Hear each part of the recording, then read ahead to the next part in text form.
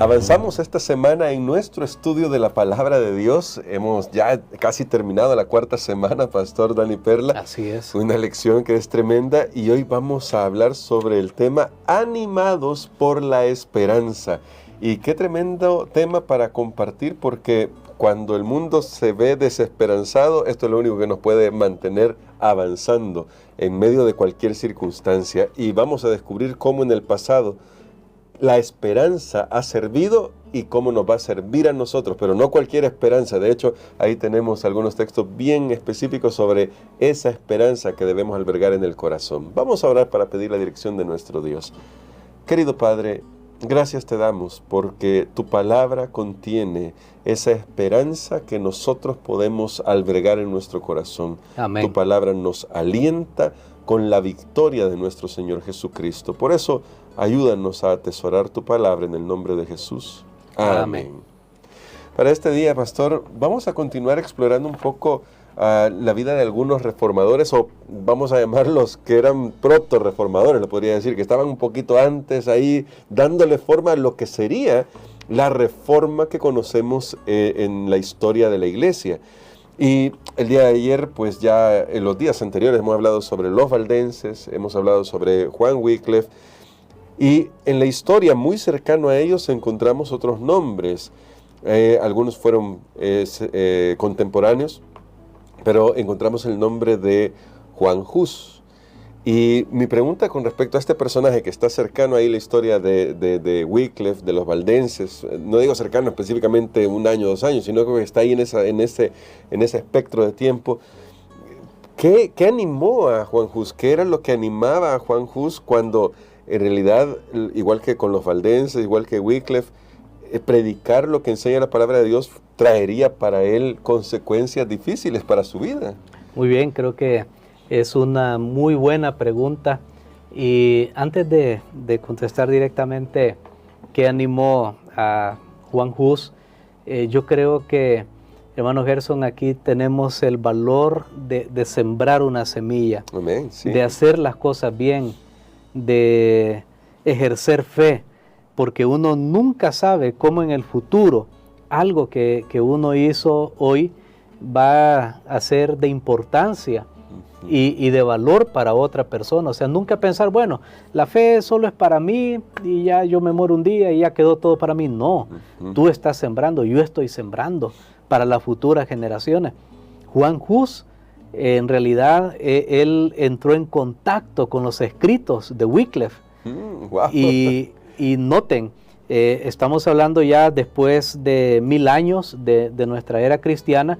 Ahí Dios comenzó a levantar algunas personas que comenzaron a tratar de dirigir la atención del pueblo a las verdades de la palabra de Dios, que ya para ese momento, después de 1000 años de la historia del cristianismo, no debería haber sido así, pero ya vimos que tristemente pues la iglesia general, la iglesia cristiana, al mezclarse con el paganismo, dio como resultado un caos religioso terrible, un oscurantismo terrible, pero Dios siempre tuvo sus testigos y aquí hablamos de algunos nombres, pero fueron cientos de personas. Claro, algunos de ellos fueron más notables y entre esas personas, bueno, ya vimos, usted lo mencionó muy bien, ya vimos la obra de los valdenses, magnífica, la obra de Wycliffe, y cada uno fue poniendo, como dice el dicho, un granito de arena. Y entonces Juan Hus en su vida logró entrar en contacto con las enseñanzas de Wycliffe. Y la vida de Juan Hus es otra cosa que me llama la atención. Él no tuvo los mejores comienzos en su vida personal. Pudo haber crecido como un niño abandonado. Sin embargo, logró llegar a entrar a estudiar, incluso a la universidad. Fue brillante, ya nació con una cierta genialidad y al entrar en contacto con las Escrituras, Juan Hus, realmente él fue transformado y fue cambiado. Y es lo que decía la lección también de esta semana, que nos habla, ¿por qué mencionaba ahí como algunos textos que tienen que ver con la palabra de Dios? Y uno dice, bueno, en medio de esto, ¿por qué habla de la palabra de Dios? porque fue lo que transformó a estos hombres. Juan Hus se dio cuenta de estas verdades y él comenzó a compartirla, y como era una persona brillante en la universidad, muy destacado, entonces lo comenzaron a escuchar, comenzó a levantar polvo, como dice el dicho, y por supuesto esto llegaría también a la Iglesia Católica, que estaba muy pendiente de que si alguien estaba llamando la atención de las personas a otras enseñanzas que no fueran las que ellos impartían. Pero en esta primera parte tal vez a mí me llama la atención algo. Si Juan Hus entró en contacto con las enseñanzas de Wycliffe y él sabía cuál fue el final de la vida de Wycliffe, cómo fue perseguido, finalmente murió, no lo pudieron destruir, pero aún después de muerto agarraron ahí sus restos y los pulverizaron para tirarlos como ceniza ahí en el río. Pero si Juan Hus sabía que le había pasado eso a Wycliffe, ahora no se pudo haber puesto a pensar Juan Hus, bueno, quiere decir que esto me puede pasar a mí. Mejor me reservo un poquito. Mejor, sí, lo dejo solo para mí, entre mí y Dios, y entonces no voy a compartir. Pero aquí, y por eso llamo la atención a este hecho, porque fue una de las cosas que a mí se me ocurrió. O sea, él pudo haber pensado, bueno, yo voy a evitar el sufrimiento, esto, claro. O sea, ¿por qué ser fanático? Entonces buscar un montón de argumentos, ¿no? Que ¿para qué ser fanático uno por la fe? No, pero Juan Hus sabía la suerte de Wycliffe y él decidió, tomó la decisión por el amor a la palabra de seguir en el mismo camino, sabiendo que eso le podría costar y que finalmente lo vamos a ver, su vida. Y bueno, llama la atención esto, pastor, porque la lección nos lo destaca. Parece que estas personas tenían su vista puesta en algo más allá que el presente, incluso más allá que el sufrimiento que en algún momento iban a pasar. Y cuando vamos a la Biblia encontramos varios textos que nos hablan de eso, ¿no? Y me gusta mucho la lección, ha destacado, por ejemplo, Juan 5:24. En Juan 5:24 encontramos unas palabras de nuestro Señor Jesucristo que me imagino eran palabras que pudieron haber motivado mucho a Juan Hus, así como a todos los reformadores y a todas las personas que estaban queriendo traer esa luz a la iglesia. Y en Juan capítulo 5, verso 24, dice la palabra de Dios de la siguiente manera: de cierto os digo, el que oye mi palabra y crea al que me envió, tiene vida eterna, y no vendrá a condenación, sino que ha pasado de muerte a vida. Qué tremenda promesa, pastor, para aquellos que quieren escuchar y hacer la palabra de Dios. Luego el mismo Juan escribe en 1 Juan capítulo 5 que Cristo es la vida y el que tiene al Hijo tiene la vida. Pero tomando esto como base bíblica de referencia, hay una cita que aparece en el libro El conflicto de los siglos. Recuerde que usted puede descargar este libro para leerlo si no tiene el libro en formato físico, pero si lo tiene en formato físico, mejor ahí lo puede subrayar. Dice así: sin embargo, la gracia del Señor lo sostuvo cuando Juan Hus fue encarcelado en los meses de invierno. Y dice, la gracia del Señor lo sostuvo durante las semanas de padecimiento que sufrió antes de su condena final. La paz del cielo inundó su alma. A un amigo decía: escribo esta carta en la cárcel y con la mano encadenada, a la espera de que mañana se cumpla mi sentencia de muerte. En el día en que por la gracia del Señor nos encontremos otra vez gozando de la paz deliciosa de la vida futura, sabrás cuán misericordioso ha sido Dios conmigo y cuán admirablemente me ha sostenido en medio de mis tentaciones y pruebas. En la lobreguez de su calabozo previó el triunfo de la verdadera fe. ¿Cómo podemos imitar esta clase de fe, pastor? Bueno, definitivamente estos hombres por la fe se aferraron a las promesas de Dios. Amén. Creyeron lo que estaba escrito. Sabían que Dios no los dejaría ni los abandonaría aún en la prueba. Sabían que Dios no se había alejado de ellos. Sabían que debían participar con Cristo de sus sufrimientos. Wow. Que es la parte que muchas veces nosotros como cristianos no estamos dispuestos y pensamos, no, eso no viene en el contrato.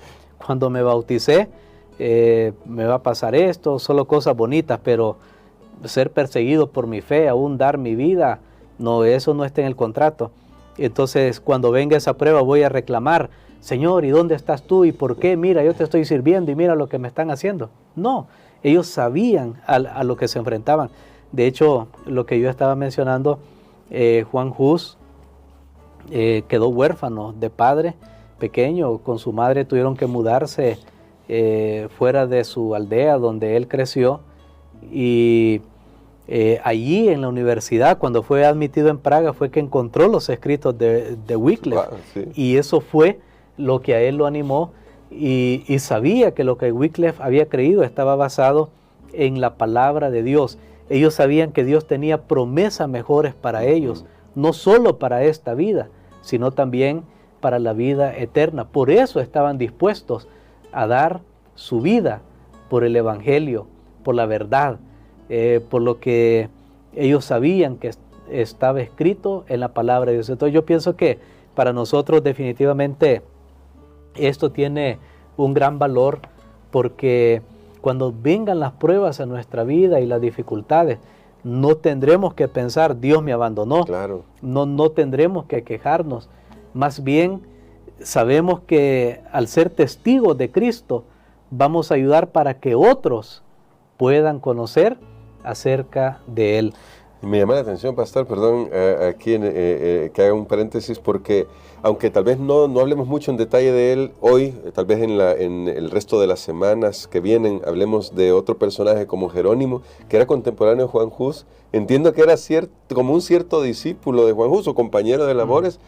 En cierta medida, en cierto momento, Jerónimo se retracta. Correcto. Pero parece que retrocedió, pero parece ser que la propia fe de Juan Hus al final también lo impulsa y lo hace recapacitar.